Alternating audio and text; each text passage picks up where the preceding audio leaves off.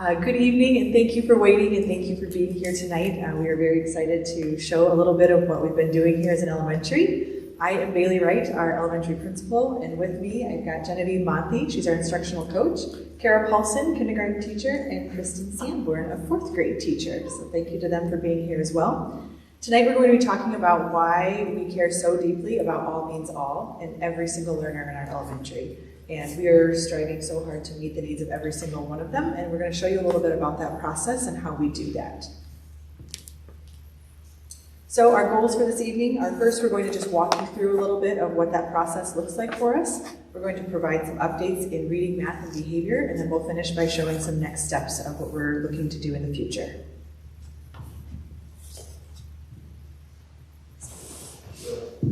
So to give you a little bit of background information, to kind of define this, we really dug in about how to determine if a learner is the learner proficient. So that's not done just by, yep, yes it is, yes or no it's not. We really look at many forms of information. So we look at the universal screening, in-class data, and in-class observations for that. So universal screening is done 3 times a year through the FastBridge system. In-class data is where we are pulling standards and teachers are designing and calibrating around the state standards, and in-class observations are what we're seeing kids do every single day. That is what determines that proficiency for the students. That, in combination with the system, really is how those conversations are settled. So this is the second kind of tool that we used. This is a pyramid, if it were 3-dimensional. Tier 1, or that core instruction, is heavy. That is the foundation of MTSS. It is what we do every day. It is in the green, the dark green. Tier 2 is really what we think about as Core Plus. It's layered, and then Tier 3 is Core Plus Plus. So we layer on another layer. And Kara is going to go a little bit further and discuss that. I just wanted to explain the graphics that you'll be seeing throughout the presentation today too. How does this work get done? This is the magic. We are together in this in our professional learning communities. Our professional learning communities in the elementary are grade level, but they're not solely grade level. Within that, we have all 3 of our instructional coach team. We also have our Title I teacher. Stephanie is involved at every single level. We have our interventionists with Mrs. Watts coming in consistently. We also have a highly engaged Grantwood AEA support staff. So we have Julie Cook coming, who's our reading support, Mackenzie Campbell for math, and our Sharon also comes as well, who is additional Grantwood support. So that brings together that learning community. All grades meet 4 days a week for 30 minutes to really talk about students and what students need in deep conversation. It is a team approach. Nothing is ever determined by one person. And it is there's always so much reflection. It is heavy conversation sometimes, and it's a lot of work, and it is great work. And with that, it always strives and brings us to the constant quarter turn. What do we need else do we need to know? What approach do we need? And that is what the elementary staff has really dug into this year around the data for all of our learners. And that is what the ladies are going to also share about today too.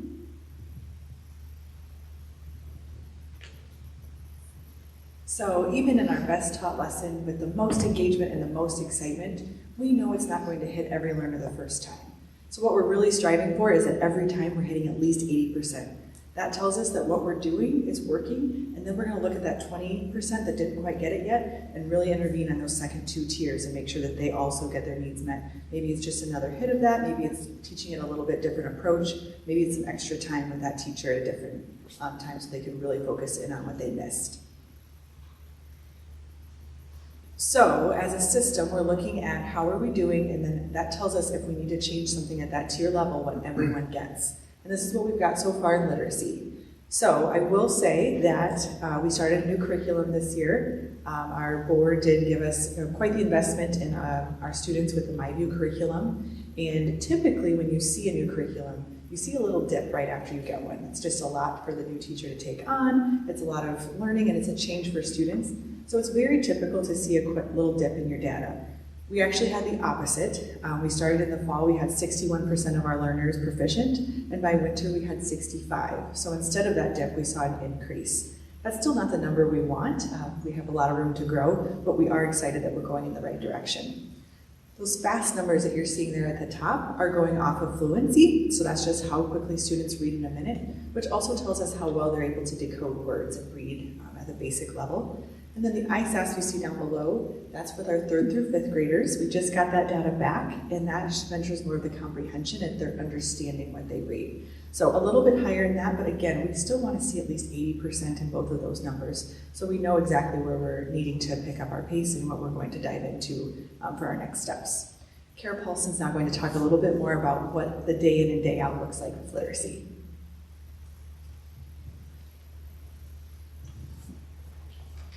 As Bailey mentioned, we purchased as a district the MyView curriculum over the past summer, which really has been the springboard for all of our literacy work this year. We have spent many hours diving into this new curriculum, weaving in some new routines, practices, vocabulary, materials into our core instruction time.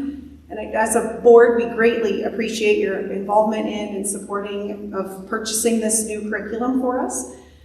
We have really also appreciated the help of Julie Cook, who is our Grantwood Area Education Agency literacy consultant. She's helped us navigate these new curricular materials. She's helped us examine our literacy standards, see where standards are matched within our curriculum. We're constantly examining and reflecting upon our practices and routines that we're implementing to see the effectiveness of them. Julie's been with us on our Early Out Fridays and also attended many of our PLC meetings during the week just to really help us dive into this.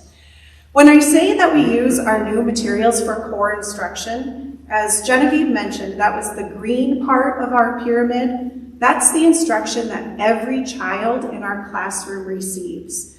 This instruction can come for literacy in the form of small group, large group, and in kindergarten, we move pretty fluidly between those two forms just to keep the kids engaged and moving to increase their involvement. Even in the large group setting, if you walked into my kindergarten classroom, it wouldn't be me teaching and them just listening. The children are encouraged during literacy time to question, participate, discuss, and constantly being involved in their learning just to keep them interested. As we are teaching, even in the large group, small group setting, we constantly gather information from the children to see the progress that they're making and the standards if they are being learned. This data may be gathered through more informal observations, classwork. Some are assessments from the reading series and also our standardized assessments that Genevieve mentioned earlier. After we've gathered that information, we take time in our PLC time, which is our professional learning communities that we meet in each day, and just to see what would mastery of the skill look like that we were trying to teach that day. Are we ready to move on? Do we feel like certain children need an extension? They've met it and we need to extend or deepen their learning. Which children need more instruction? Those conversations really drive our planning time and our decision making so that we know where to go from here with our literacy instruction. If it appears throughout these discussions and reflections upon our data that we do have a child or a few children who do need more instruction on a certain skill or standard that we taught in large or small group literacy instruction, we continue that team approach as we design a Tier 2 instruction for them, which was the yellow part. This is additional small group or individual instruction that may come from me as the classroom teacher, Mrs. Cole, our Title I teacher, or any available associate. In kindergarten this year, we've been really lucky to have a lot of help from our associates, and they are able to pull a small group, individualized instruction for these kids. And it's important to mention too, when children are receiving that Tier 2 instruction, it comes outside of any of that core instruction so that they're never missing what is going on as being standard core instruction work. For example, our kindergarten day starts with play. The children get to come in and they mark what kind of lunch they're having, but then they choose a center to play at for a few minutes. I pull them during that playtime to give extra hits for that Tier 2 instruction, and that way it's done. I can review sounds with them, read words with them, check for growth. And while that Tier 2 instruction is coming on, we're constantly looking at the children to see if that instruction is meeting their needs as they're heading toward that standard work, if I need to make revisions in what I'm providing them, strengthen interventions, or even if they've got it now and I can reduce what's being provided for them. It may only be about 5 to 10 minutes a day, but we have found those extra hits of what the skill work is that they need really make a difference for meeting those standards.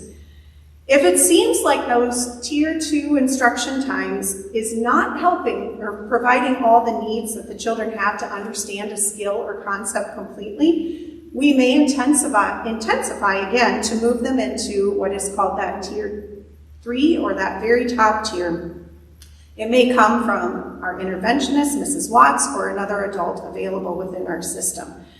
So the cycle of planning, assessing, discussing, adjusting, and planning is really a huge part of our literacy. We are constantly working as a team to make sure we really are meeting the needs of the children within our room. We have the luck in elementary, I think, of having them with us all day. So we know them not only as a child, but we see them as a learner. We see them in all subject and social settings.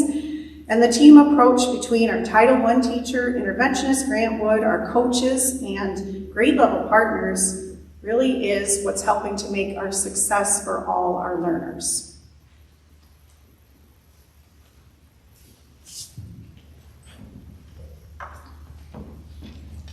So now we'll take a look at math as our elementary. Our most recent data that we've got is in the winter, our A math score was at 78%, which is really close to that 80% that we're searching for. And then our spring ISASS data is fresh off the press, and we hit 85% as an elementary. So that tells us that our system as a whole is working really well, and how can we just continue to enhance that. So Kristen Sanborn is going to talk a little bit about what that looks like.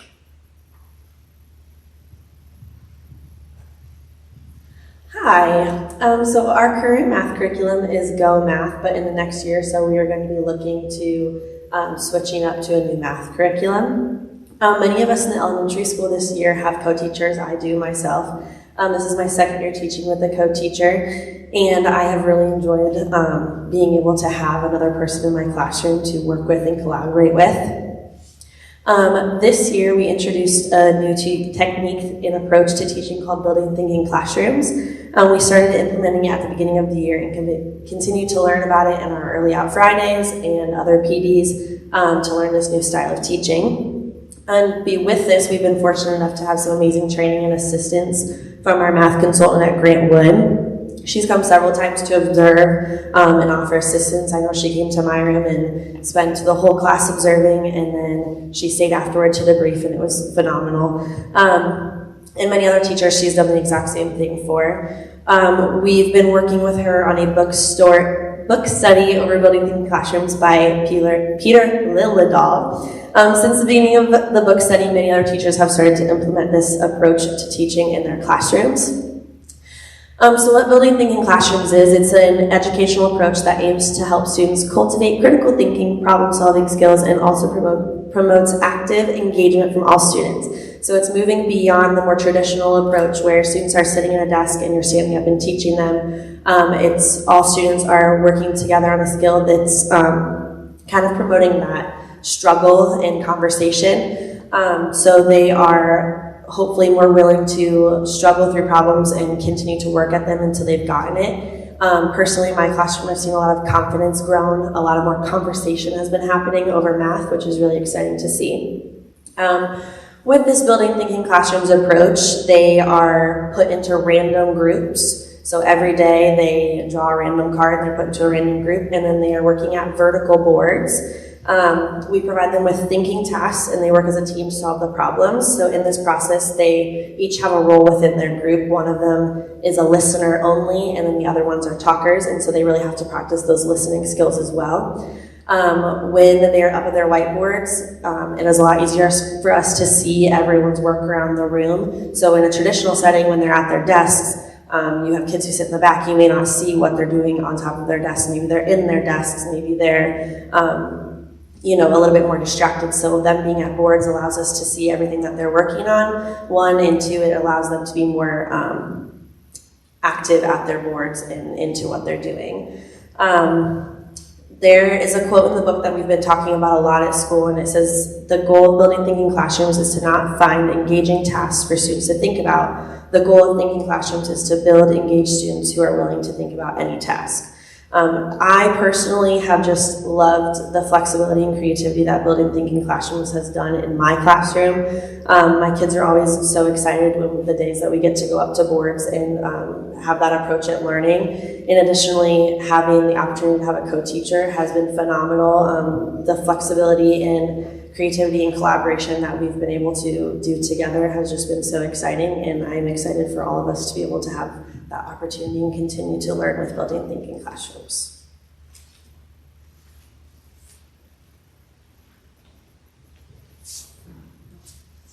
All right, so the last area that we're going to talk about this evening is our behavior, and this one I'm going to talk about a little bit more. So the first thing I wanted to say is the way we get this data, I included in your clipboard. So you could take a look at our behavior reflection forms, our referral forms, and this is what we fill out every time we have a behavior here at school. And I was pretty clear at the beginning of the year that I'm not going to be scared of a number because I want really good data on what's going on. So when in doubt, fill it out, let us see what's going on so then we can look for those trends and find what we can do as next steps. So we've had quite a few of these filled out for something as minor as a blurt in class and something as major to an incident on the playground. And that's really helped us hone in on what we can do to support our kids. The good news is that even with all of these behavior referral forms, 81% of our students have had 0 or just 1. So that again tells us that it's working. Our system is working because we're catching the vast majority of our kids in that first tier 1, and they never need those second tier or third tier of instruction. So that gives us a pretty good indicator that we need to stay on the same path. So I'll talk a little bit about what that looks like. So we have what's called PBIS. I'm sorry, another picture's not showing up. Darn it, that was a good one too, of an assembly. So we have what's called positive behavior interventions and supports. And the focus of that is really on the teachers and how we are going to notice the positive things that students are doing and try to really frame things there as much as possible. And also just be consistent in our language. So, with behavior, the 3 focuses of the elementary are being ambitious, respectful, and responsible. That spells out A-R-R, or R, like a pirate.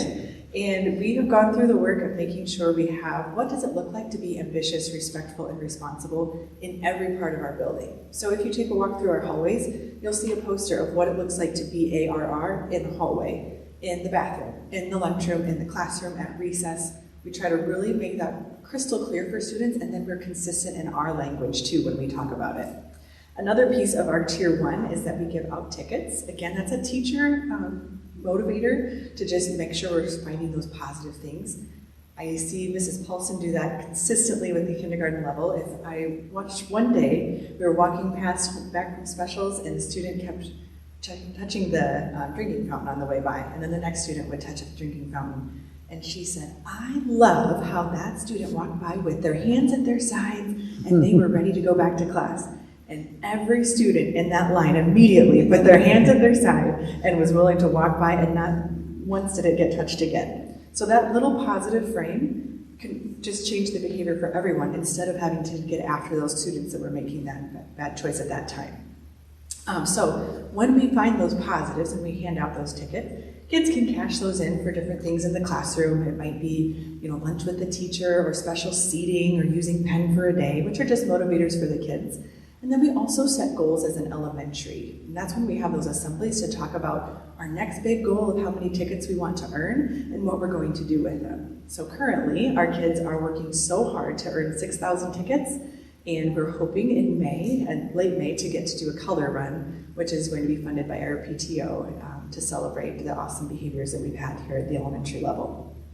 So a few other things that we do are just having good news phone calls. A few of you might have received one yet this year. We have teachers nominate kids, and every single morning we're giving a showcase to one student that has been ambitious, respectful, responsible. They get their name announced on the announcements, and then we call a parent or someone that they care about to tell them what awesome thing they've been up to, which can be a motivator too. I hear often of, when do I get to be the good news phone caller? Which tells me that they're really motivated by that and trying so hard to earn that. We also just believe at the elementary that all behavior is a form of communication. We just know that even on those hard days and those hard moments, we've got a student that's trying to tell us something, and this is how they're acting it out for us. So we're really looking at as what skill is lacking that we can support. Just like if a student wasn't quite getting something in reading or math, we would never be upset with that child for that, right? We would go to the drawing board and think, what do they not know yet that we need to teach them? And we do the same with behavior. What do they not have yet that we need to teach them? So when we start to see an uptick in those behavior referral forms of a student and they're starting to get noticeable, that's when we go to our tier 2, which is that check-in, check-out system. I also included that as a handout that you can take a look at.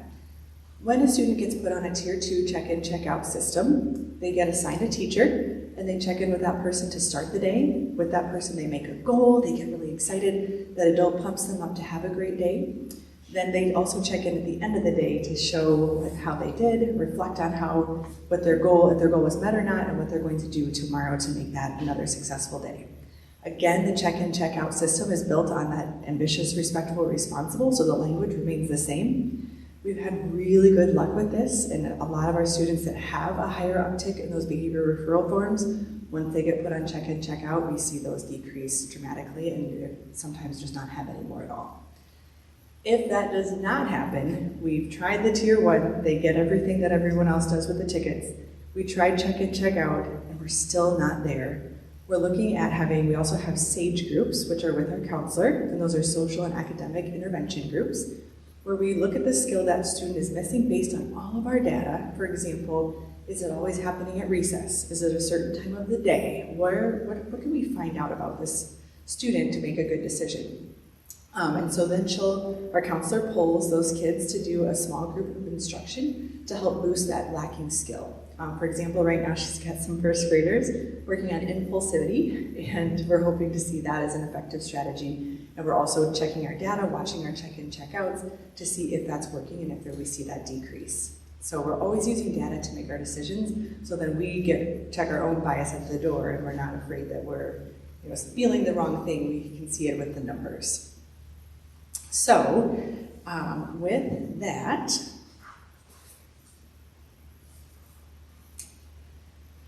to summarize everything that we're doing here at the elementary, what's exciting is so far everything's kind of pointing in the right direction, so we just get to sustain our current work. There's not a lot of overhaul or complete changes that we need to make. We're on the right track, and we just need to keep doing what we're doing. Some of that, what that's going to look like is making sure that we have our goals set on literacy of getting to that 80% mark. I know we all are working so hard. I'm starting to hear some data rolling in for our spring, and I'm really excited about another uptick in how we're getting closer to that.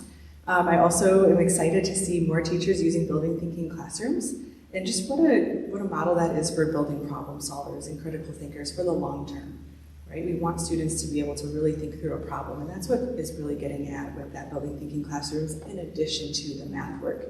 I've also just seen our teachers get much more comfortable talking about the concept and being willing to dive in with students, not necessarily having an answer right away themselves. So great modeling there, and I'm excited to see what the future will hold for that.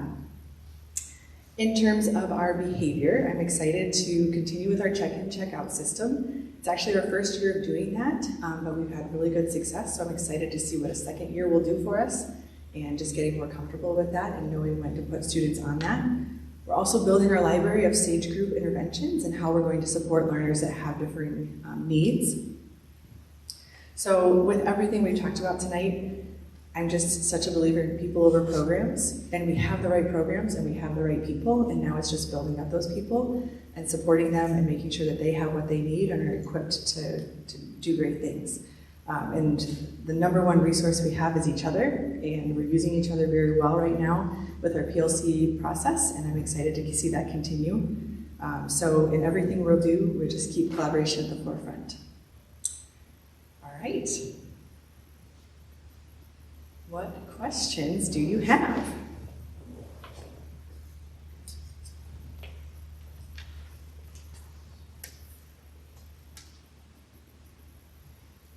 There are microphones if you have a question, real quick.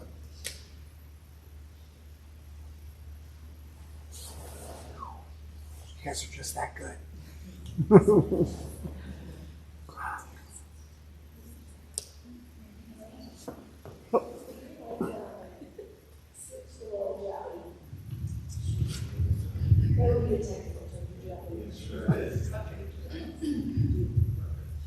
Thanks so much for all that information. My quick question was, Mrs. Sanborn, you were talking about the collaboration with other teachers. Could you talk just a little bit more about that, like what that looks like in the classroom and who does that with you? Just a little more information would be great. Thanks. So I get the pleasure of co-teaching with my good friend Hannah Davidson. She is a special ed resource teacher here at school. So she comes into my classroom during the math period and we get to teach together. What this looks like, and we went to a training about co-teaching, and we've been kind of changing up our co-teaching since then a lot. But what it would be is maybe I'm up in the front of the room and she's pacing around the back, and she would pipe in if she has something that she would like to add. Or with building thinking classrooms, we're both kind of in the middle and we're floating around helping as we need. It's a lot of planning, obviously, with the two of us, so trying to find good times for us to get together and plan is really important. What's really exciting about it is she has a very different approach coming from her background than I do teaching math. So even yesterday, we were up and teaching in mid-lesson. She's like, what if we went this route? And I was like, let's go for it. And we just went for it, and it was amazing. So the co-teaching space is my favorite. I don't ever want to let it go. The collaboration, we kind of have to find time to do it, which is probably the most difficult part, but it is so worth it and so awesome. So that's what I would say. Yeah, great job, Kristen. To add to that, co-teaching has been just an initiative I think we've had for several years now in the elementary. And what that really means is we're trying to, instead of removing a student that's in need, we're trying to move this teacher to the student instead. So we kind of operate from the idea that anytime you're removing a student from the core, they're missing something, right? And even if they go somewhere else and catch up on a previous skill, now they miss their grade level skill. So we're always chasing, trying to catch them up, but the gap's not really getting any shorter. So by moving this special ed teacher into the classroom, then we can think, okay, here's the current skill that's being worked on. I know this child's missing a little bit from this grade level too, but they're connected. So I'm going to connect those two and teach them all at once and not have them miss anything, so then we truly are closing the gap. I really do attribute a lot of our math success to that. We've really started with the math. I think we have a co-teacher at almost every grade level this year, and reading is the next kind of adventure. I think that's another way we're going to see those scores improve, is adding that expertise to the classroom. Like Kristen said, our special ed staff just have a little bit different look on things. They've been taught that intervention and how to differentiate instruction really in-depthly through their universities, and they just bring that knowledge to the classroom and really train up our classroom teachers and our students to become those thinkers that we need. So I am really excited by the success we've seen in co-teaching, and I'm excited to continue on that front.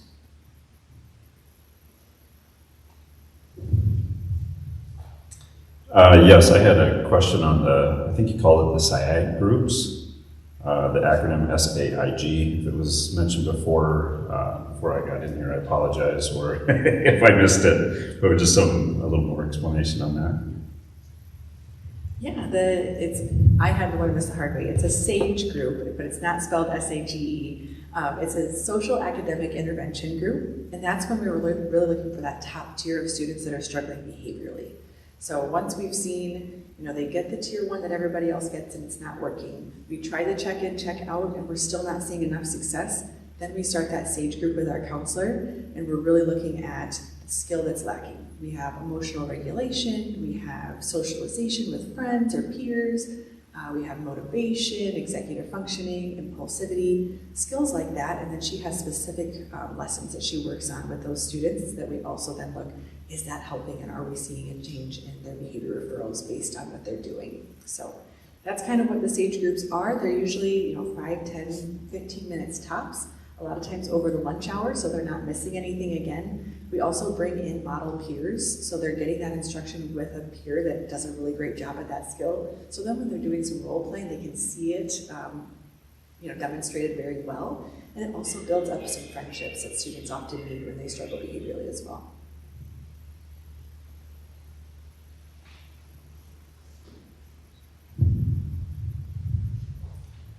Kind of building off that one, and I remember you had a statistic up there, 81% 0 to 1. So I'm assuming the children that you're talking about are in the higher, or in the other 19%. Besides in-school services, do we also have other services for these kids that are given out of school because maybe they have stuff going on at home or anything of that nature to continue to help rather than just all of it rely on the school? And the second part of that question is, as a whole, these children, do they continue to be tracked to see if throughout their school career, behavior-wise, everything we did earlier on is helping? You know what I mean? That maybe it needs to be completely something different. That's a great question. And it also makes me, I forgot to mention, we have our current data shows that 7% are at that 5 or more mark. So that's kind of that top tier that we're working on. And even within that, we've got a very small number of students that account for a lot of our behavior referrals. We've got just a few that we're working really hard with. Some of those students even have behavior intervention plans, which is part of an IEP. They have a behavioral disorder, those sorts of things. So the pride and joy of what we do is meeting every single learner, and it includes learners that really struggle behaviorally as well. So getting back to some of your question with outside of school services, one piece that I have not mentioned yet is that anytime we have check-in, check-out systems, we're always letting the parents know that that's going to start and talking to them about what that's going to look like.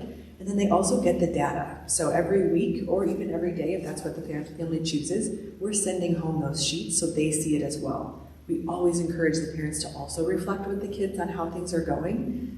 Whenever possible, we send those same messages home so families can even match our language with that being ambitious, respectful, responsible, even in the home setting of what that looks like. Beyond that, I know that our counselor does offer and recommend services for students. We do have a counselor that's even in the building here that sees a number of our students that struggle behaviorally, which has been really helpful. And then we get to collaborate with them as well and see what's going on there. And the other piece to that is anytime a student is sent to my office, I always let the family know. Whether it's big or small, I would want to know if it was my own daughter. So I just want everyone to be as transparent as possible. If my daughter came home and said, I was in the principal's office today, I would want to know why, and probably not from her perspective every time.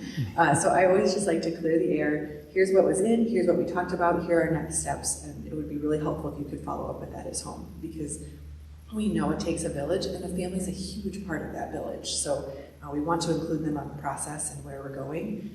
When we've had a few students that have needed SAGE groups, we also have family meetings where we'll pull families in and let them know what we've been doing so far. and hear how things are going at home. Sometimes families have a different approach at home that might help here at school, or vice versa. So we just share and swap notes in that way, and then just keep that communication log open with families the entire process and make sure.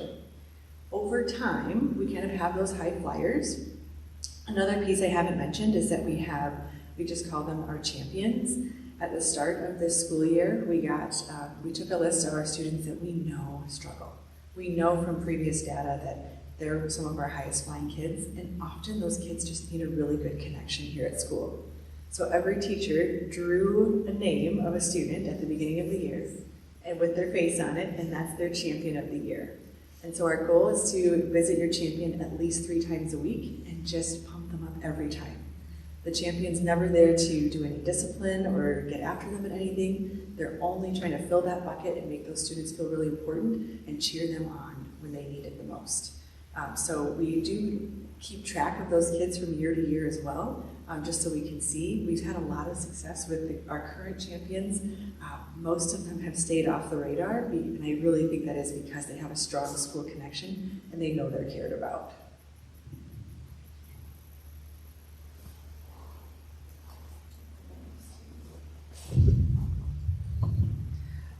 So how does it work when these elementary kids are transferring to middle school? Does the middle school offer similar type help, and like how is that with the new principal and different teachers, just to make sure that the plan is still seamless? Great question, and I can't speak a ton to what the middle school does, but I do have frequent communication with Josh. He also knows a lot of what students are coming from with his background of being the elementary principal himself. I know specifically in 6th grade, we really try to ease that transition. So instead of having a different teacher for every single period of the day, we try to minimize that by having the same ELA and reading teacher, the same social studies and science teacher, and then their math. So then there's not seeing quite so many people in one day, and those teachers can get to know them a little bit more, just like it is in the elementary. I know they also have the intervention process. This year, our interventionist has been K through 8, so she does the same thing at that level with anything outside of the pyramid. Anytime we're not hitting that 80%, or we've got that 20 that we're really focused on, she's a part of those conversations and supporting them. The middle school also has PLC time where they get to collaborate and make sure that we're just all sitting around the table with our heads together, talking about students and what they need. For those in the room that don't know me, my name is Tammy Draba. I'm with the Iowa Association of School Boards, and I am here as the board is doing a great deal of learning this evening, asking some great questions, learning a lot about the amazing things that are happening at the grade school level. And I had the honor of getting to do this with both middle school and high school. So for me, it's a little bit like it's come full circle. The very last page of your on your clipboard that you have is it's a 2-sider, and I'm going to have you talk to each other for just a moment. But if you flip that page over, it says roles of the board for improving student learning. And one of the pieces that we talk about with the board is their role at a governance level. They're not necessarily in and out of the classroom every day. So for them to get to hear this amazing information about what's happening, and they're making really important decisions like buying new curriculum, which is not an inexpensive investment. And I heard multiple times that it was mentioned by staff, which is great, but this is a great way then for the board to get to learn about how is that curriculum working, and to hear Bailey say, hey, guess what, statistically, when any district adds new curriculum, we usually see a little drop that first year before it goes back up, and you defied the odds, by the way, which is also amazing. So for the board to have time to do that and ask questions is a really, really important piece of the work that they do. So they are, of those roles of the board, tonight they are knocking it out of the park in that learning together piece and being able to do that, which is so important. And I hope that continues.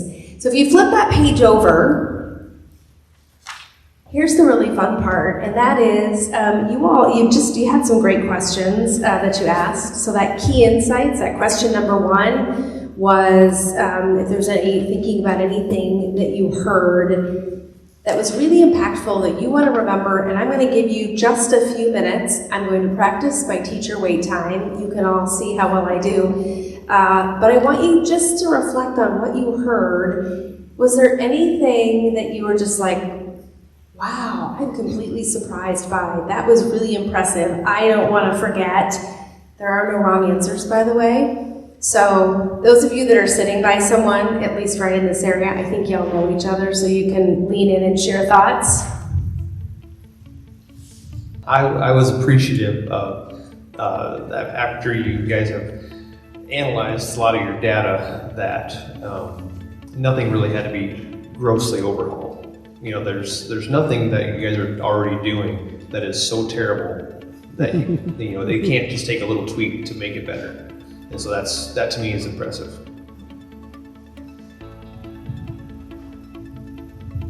I'd love to hear from more than the board.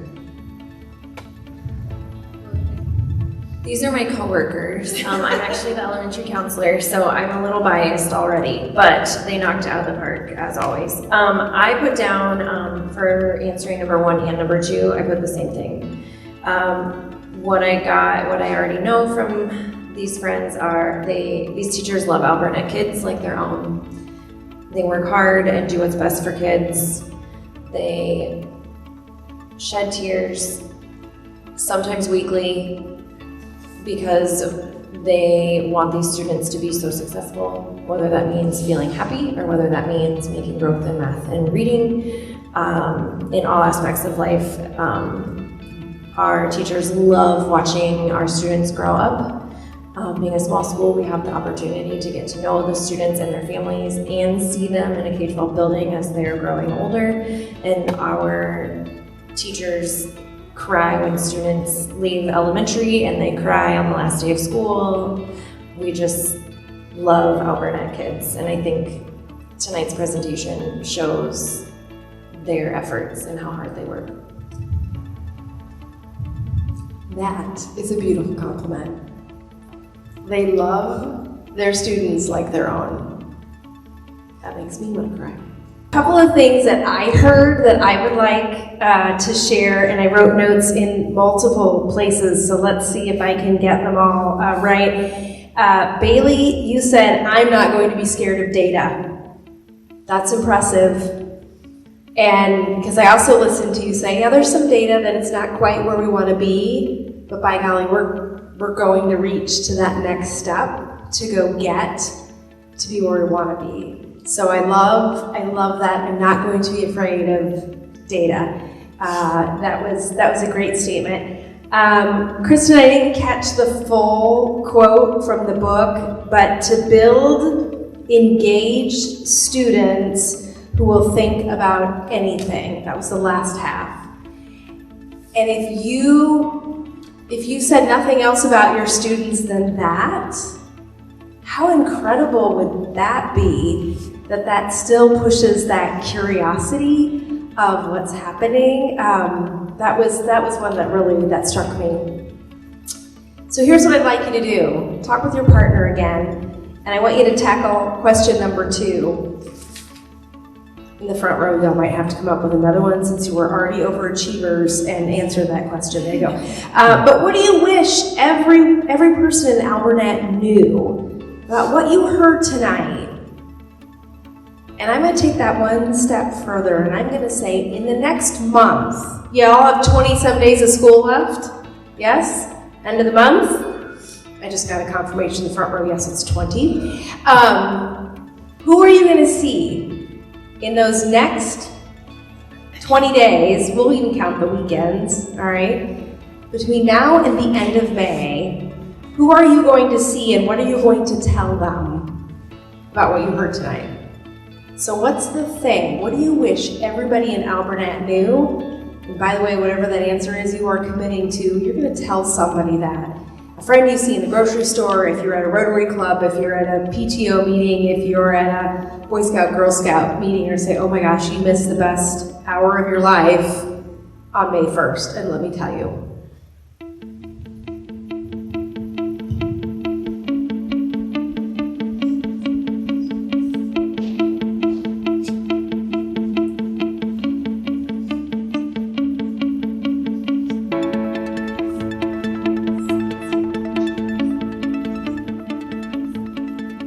All right, friends, what do you wish everybody in Albernet knew about what you heard tonight?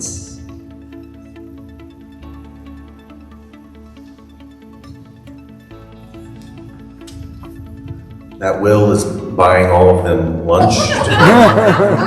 Not necessarily tomorrow, but soon. Soon, okay.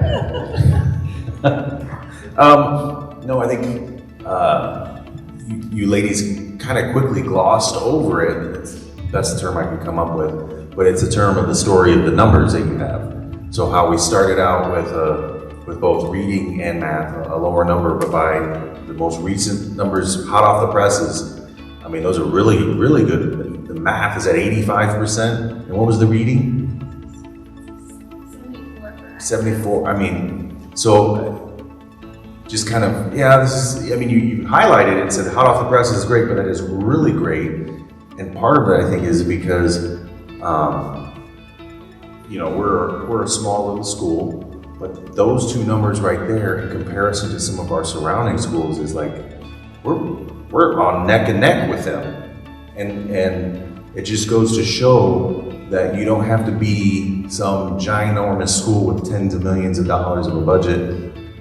You can be a nice high school like we are and still get a quality education for your child.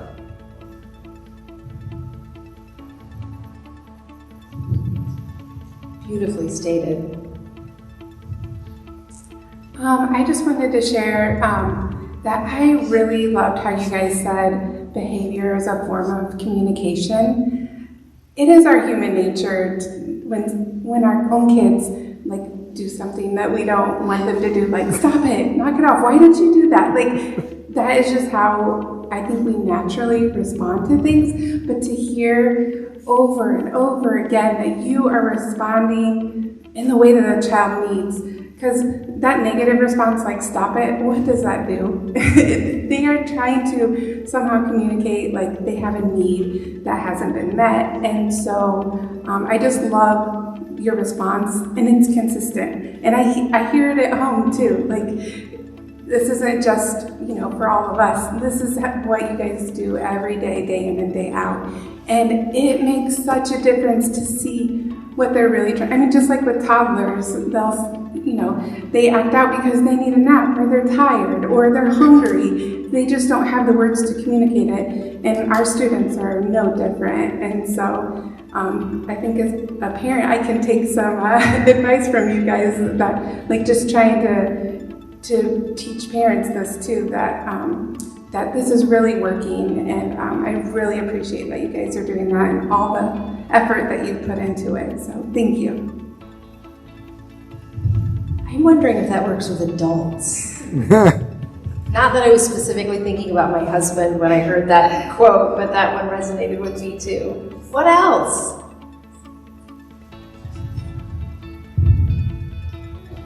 Hi, I'm Brian Bueller, but I would also like to say that I know our son in kindergarten is above the 0-1 mark, and he, for behavior, and the interventions that he's had with the, I don't know if it's Core Plus, I leave most of that to Brittany, because she understands all that, but it does work, and we've seen a downtrend. And then also he's had, I don't know if you call it intervention, but books are sent home to help him improve his skills, and we've received feedback that it actually helps with us getting the right material to him, to have him read. It's helped improve his reading and his behavior in the class because he can better understand the material. It's a beautiful testament. Who else? I was just going to say that that I'm very proud of the staff and of the administration here at Albernet. I think the common theme in all of these sessions, or the common thread is how much our staff cares about each student. Kind of echoing what Mrs. Guler had said. and the extra work that each and every one of you does, to make sure that every kid is successful, I think is outstanding, and I hope that continues. Just to finish this off, Henry opens some rolls, and so I'm going to tell nobody, so that way we still have a spot.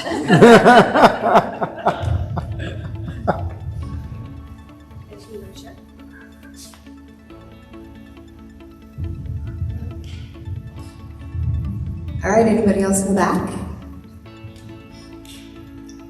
Board, congratulations for dedicating this time to learn from your staff and for your community to also come and learn, and for the staff to be able to so beautifully showcase the amazing progress that you're making.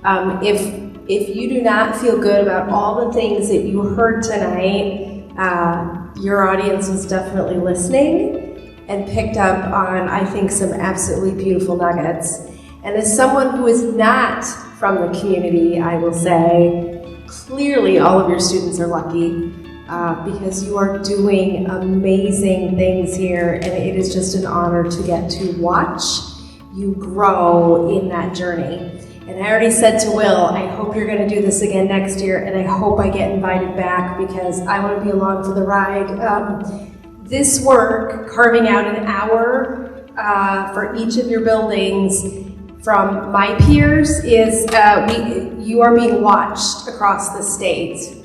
It's a big deal to be brave enough to say, I'm not going to be afraid of data, to share the data you really like, maybe some data that you don't like as well, and to devote the time to do it and share with your community. We're watching. You're putting yourselves on the map in an incredible way. So keep up the good work. And board, we're here to support you in any way we can, and will as well.